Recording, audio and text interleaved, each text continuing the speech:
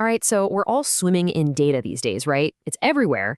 And a lot of it comes to us in these charts and graphs that look super official, super scientific. But here's the thing. What if I told you that a lot of them are flat out lying to you? Yeah, we're going to dive into Edward Tufte's incredible work here and learn how to see through the smoke and mirrors, how to spot the lies that these graphics can tell. So that really is the big question, isn't it? How can something as simple as a bar chart, a chart we see every single day, actually lie to you? And maybe even more important, what's the secret? What are the tools you need to become a kind of visual detective?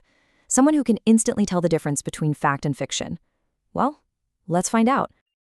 Charts that lie, the crime scene. Okay, so every good detective story, it's got to start with a crime scene, right? And in our world, the world of data, the crime is a graphic that just completely twists the truth. It gives you this warped view of what's really going on. So let's go ahead and examine our first piece of evidence. Okay, check this out. This chart is from the New York Times, and it's supposed to be showing fuel economy standards. Now, the actual data, the numbers, show an increase from 18 to 27.5 miles per gallon. Okay, so that's a jump of about 53%. But just look at the picture. Use your eyes. Does that line on the right look like it grew by half? Or does it look like it exploded by, 500%? This is our crime scene. So how do we actually measure just how bad that lie is? Well, Tufte gives us this amazing tool, and he calls it the lie factor. And it's actually a really simple formula. Here's what you do. You take the size of the effect you see in the picture, and you divide it by the size of the effect in the actual numbers. That's it. If the chart is honest, that number is going to be 1. If it's anything else, well, you're being lied to. So what was the lie factor for a little crime scene chart? You ready for this? It was 14.8. A staggering 14.8. I mean, think about that. The visual lie was almost 15 times bigger than the actual change in the data. This isn't just a little mistake, folks. This is a massive, colossal distortion. It's basically designed to trick you. The power of excellence, a glimpse of graphical justice. Okay, but it's not all doom and gloom. It doesn't have to be this way. Lying isn't the only thing charts can do. For every one of these deceptive graphics, there's a masterpiece out there that shows the truth with just total clarity and power. So let's have a bit of a palate cleanser, shall we? Let's look at what's possible when charts are actually used for good, what Tufte calls graphical excellence. Okay, look at this. Seriously. This might just be the best statistical graphic ever made. No joke. It tells the whole devastating story of Napoleon's army trying to invade Russia. See that thick tan band? That's the army. And you can see it getting smaller and smaller as it marches towards Moscow. And the black band? That's what's left of them on the retreat. It is catastrophic. In one single image, you get the army's size, its location, the direction it's going, and even the brutal freezing temperatures they faced. It's a story told with data, and it is just incredibly powerful. And here's another hero for you. Back in 1854, Dr. John Snow was trying to figure out a deadly cholera outbreak in London. So what did he do? He mapped the deaths. Every little dot you see here is a death. And just by plotting the data on a map, he saw it, clear as day. The deaths were all clustered around one specific water pump on Broad Street. So he had the handle of that pump removed, and just like that, the outbreak was over. This graphic literally saved lives. That is the power of getting it right. A gallery of villains investigating the suspects. All right, so we've seen the good guys, the heroes of the data world. So, who are the villains? What are the sneaky tricks people use to make these bad graphics? Well, Tufte has a great name for it all. He calls it Chartjunk. And we're about to investigate the usual suspects. So, what is Chartjunk? Basically, it's any ink on the page that isn't actually telling you about the data. It's all the extra stuff, the visual clutter, the pointless decoration, all those fancy artistic bits that don't just fail to add anything useful. No, it's worse than that. They actively get in the way. They confuse you and distract you from what the data is really trying to say. All right, suspect number 1, moire vibration. You know what I'm talking about, right? It's those weird, kind of shimmery, eye-straining patterns you get when lines or dots are packed too close together. It makes your eyes go funny. It creates this distracting illusion of movement, this visual noise. This stuff is the definition of all sizzle and no steak. It just clouds the information and adds absolutely zero value. Okay, next in the lineup, the heavy grid.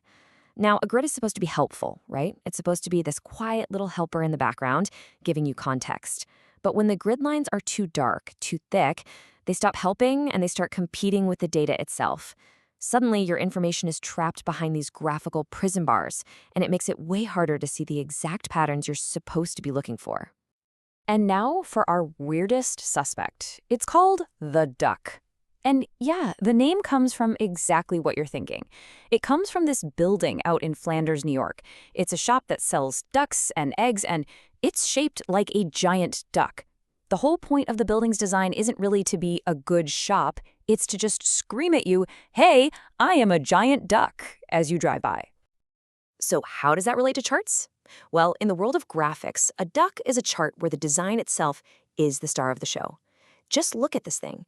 You've got the fake 3D perspective, these weird wavy shapes. The design is shouting so loud about how clever it is that it totally drowns out the actual data. It's a graphic that's in love with itself, and it couldn't care less about communicating anything clearly. The data ink principle, the detective's secret weapon. Okay, so we've met the bad guys.